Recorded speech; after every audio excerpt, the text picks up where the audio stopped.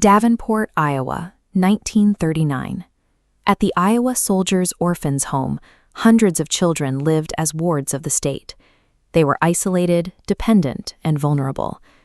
At the University of Iowa, speech pathologist Dr. Wendell Johnson was developing a radical new hypothesis.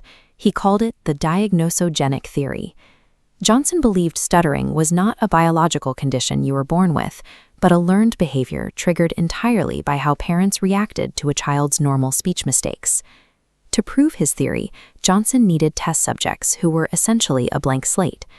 Children living in an orphanage offered exactly that. With no parents to intervene or object to the methods, researchers had total control over the children's environment.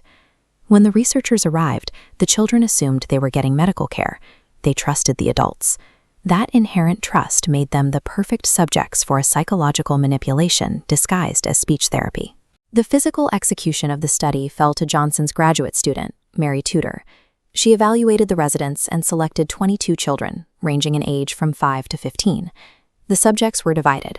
Researchers isolated a subset of fluent, normal-speaking orphans, designating them Group 2A.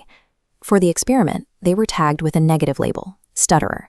Meanwhile, another subset of normally fluent children formed Control Group 2B, receiving only positive reinforcement. The researchers didn't stop at lying to the children. They also deceived the teachers and matrons. Tudor told the staff that the fluent children in Group 2A were struggling with their speech, effectively turning the caretakers into unwitting accomplices who continuously enforced the experiment's harsh rules outside of clinical hours. For the children in Group 2A, the therapy sessions quickly became a psychological trap. Tudor routinely interrupted them.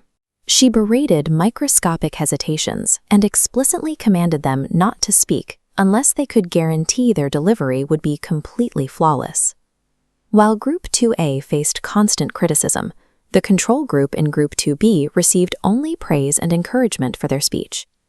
This stark divergence in treatment highlights the specific variables Tudor was manipulating within the home.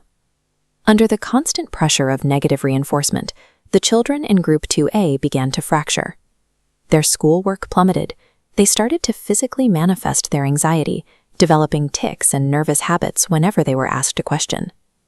11-year-old Clarence Pfeiffer had been a perfectly normal speaker before the researchers arrived. Within weeks, his speech became jerky and labored.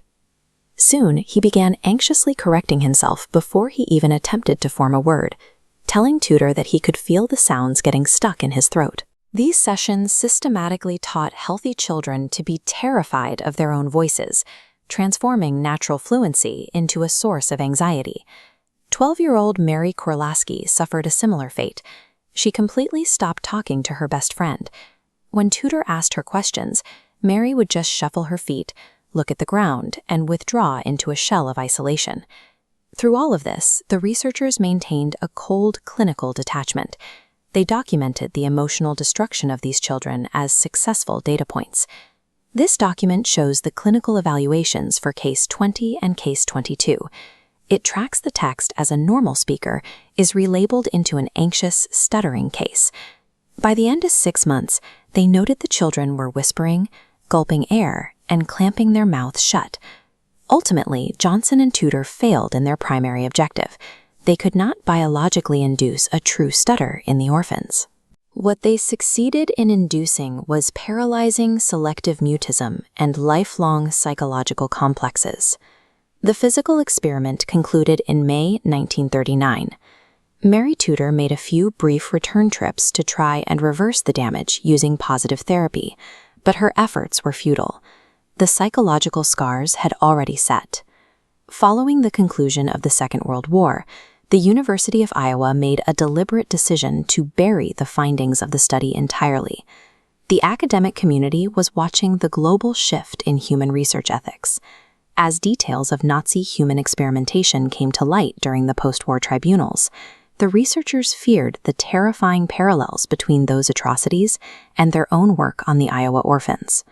So Mary Tudor's thesis simply sat quietly in the university library.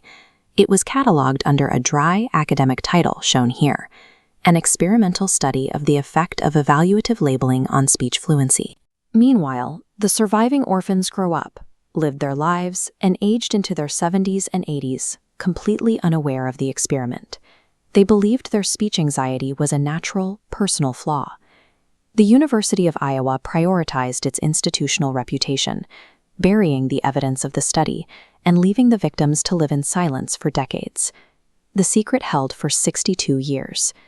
Then, in 2001, an investigative reporter named Jim Dyer unearthed the study from the university archives. He tracked down the surviving orphans to tell them what had actually happened in 1939. The aging victims were shocked to learn that their childhood struggles were manufactured in a lab. In the mid-2000s, they filed a lawsuit against the state. This is the legal deposition transcript of Hazel Potter, confirming she finally realized she had been used as a guinea pig. On August 17, 2007, the state of Iowa settled the lawsuit, awarding a total of $1.2 million to the surviving orphans for the psychological and emotional scars they endured. But by that time, the victims were past retirement age. Financial compensation could not rewrite a lifetime of self-doubt. The monster study remains a chilling testament to how scientific ambition, stripped of empathy, can permanently silence a human soul.